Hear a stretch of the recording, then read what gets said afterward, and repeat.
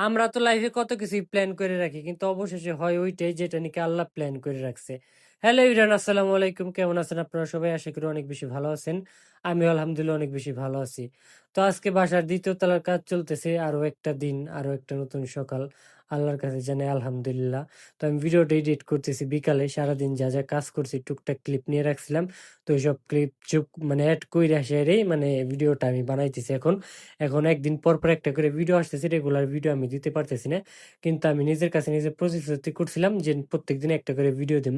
তো সকালে ঘুম থেকে উঠানে এসে দেখি একটা বড়ি পড়ে রইছে। আমি এর আগে এক ভিডিওতে বলছিলাম যে এখন যেহেতু গরমকাল আসতেছে তো একটা, একটা করে বড়ি পাকা শুরু হইবে আর প্রতিদিনকে ২ একটা করে পাওয়া যাইব। হয়তোবা আগামী ১৫ দিনের ভিতরে মানে রোজার আগ দিয়েই সব বড়ি একদম পাইকে যাইব। আর রোজার ভিতরে মানে পুরাপুরি গাছের বড়ি পাইকে যাইব। তো সকাল, সকাল ওইটা যেটা কাম মানে বাড়ির রাজমিস্ত্রি আসার আগে আমি আর মুরগিগুনের মানে আগেই ঘুম থেকে উইঠা খানা-টানা দিয়ে তার রুমে আটকে রাখি। কারণ দুয়ারে উঠানে কাজ করলে বাদে মানে খানা-পিনা দেওয়া হয় না। মুরগি বাইরে, বাইরে মানে বাইর করে রাখা যায় না। যার মানে বুঝেনই তো আপনারা এইটুকু। যে মিস্ত্রিরা কাজ করলে বাদে ওইখানে মুরগি বাইরে থাকবো না। মুরগি চলেও যাইতে পারে। তার জন্য ঘুম থেকে উইঠা সব জায়গায় মুরগিরে খানা-টানা দিয়ে তারপর নিজে খাইয়ে নিয়ে তারপরে কাজে লাইগা পড়ি। বাসার যে টুকটাক কাজ আছে তো সব কাজই নিজেরই করতে হয়। তো একা একাই করি আর কি করুম। এখন কোনো কিছু করার নাই।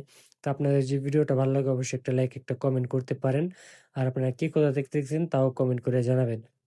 তো আমার মামিদের এই আম গাছটা ছিল। আম গাছটা মানে আমাদের ছাদের উপরে আছিল। তো অনেক আফসোস লাগছিল কাটার জন্য। কারণ ছোটবেলা থেকেই দেখে আসতেছি আম গাছটা। মানে আমি ছোট থাকতে ওই আম গাছটা আমার সাথে, সাথেই বড় হইছে। তো এখন কাইটে ফেলাই দিলাম। আম গাছে আমের আসছিল, বইলও আসছিল। তো তারপরে কাইটে ফেলাই দিতে হইলো।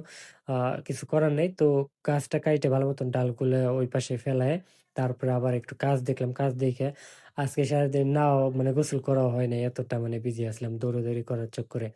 তো বাজারও যাইতে হইছে কয়েকবার। তারপর আবার বাসার কাজও করা হইছে টুকটাক। তো মুরগিরে খানা-টানা দিয়ে আমার মুরগির বাচ্চা উঠছে। ওগুলোরও নিয়ে এসে একটু পারেশানি মানে পোহাইতে হয়। বাদবাকি দিনগুলো ঠিক চলে। আলহামদুলিল্লাহ। যে সুখে থাকি এই সুখে আলহামদুলিল্লাহ। আমার মা সবসময় একটা কথা বলে যে সুখে আল্লাহ রাখে ওই সুখে আলহামদুলিল্লাহ বলতে হয়, আল্লাহর কাছে শুকরিয়া জ্ঞাপন করতে হয়। তো এই ক্লিপটা হইলো গিয়ে বিকালে যখন এই কাজটা শেষ করে সব মিস্ত্রিরা চলে গেছে। তো আমি এইসব ভিডিও ক্লিপ করে রাখতে যাতে নাকি মানে একটা স্মৃতি থাকে। আল্লাহ যদি বাঁচায় রাখে কালকে থেকে সিঁড়ির কাজ শুরু হইব। আর তারপরে থেকে ছাদের কাজ। তো এসব ক্লিপ নিয়ে রাখলে বাদ আমি আগের আমার একটা পেজে এসব ক্লিপ নিয়ে রাখছিলাম। বাট ওইসব পেজে এখন আর ঢোকা হয় না। পেজগুলো মানে হয়ে গেছে ডিএক্টিভেট হওয়ার মতনই প্রায়। তো এসব ক্লিপ নিয়ে রাখতেছি আগেকার একটা স্মৃতি। যদি বাইচা থাকি ভবিষ্যতে কোনোদিন দেশের যে অবস্থা মনে হয় না বেশিদিন বাইচা থাকতে পারব। তারপর যদি বাইচা থাকি তাইলে বাদে যদি বুইড়া হই, বুইড়া হওয়ার পরে যদি বাইচা থাকি তাইলে বাদে মনে করেন এসব ক্লিপ দেখে চোখের পানি হয়তোবা ধরে রাখতে পারব না। যে নিজের বাড়ি নিজেই বানাইছি। তো সবাই ভালো থাকবেন।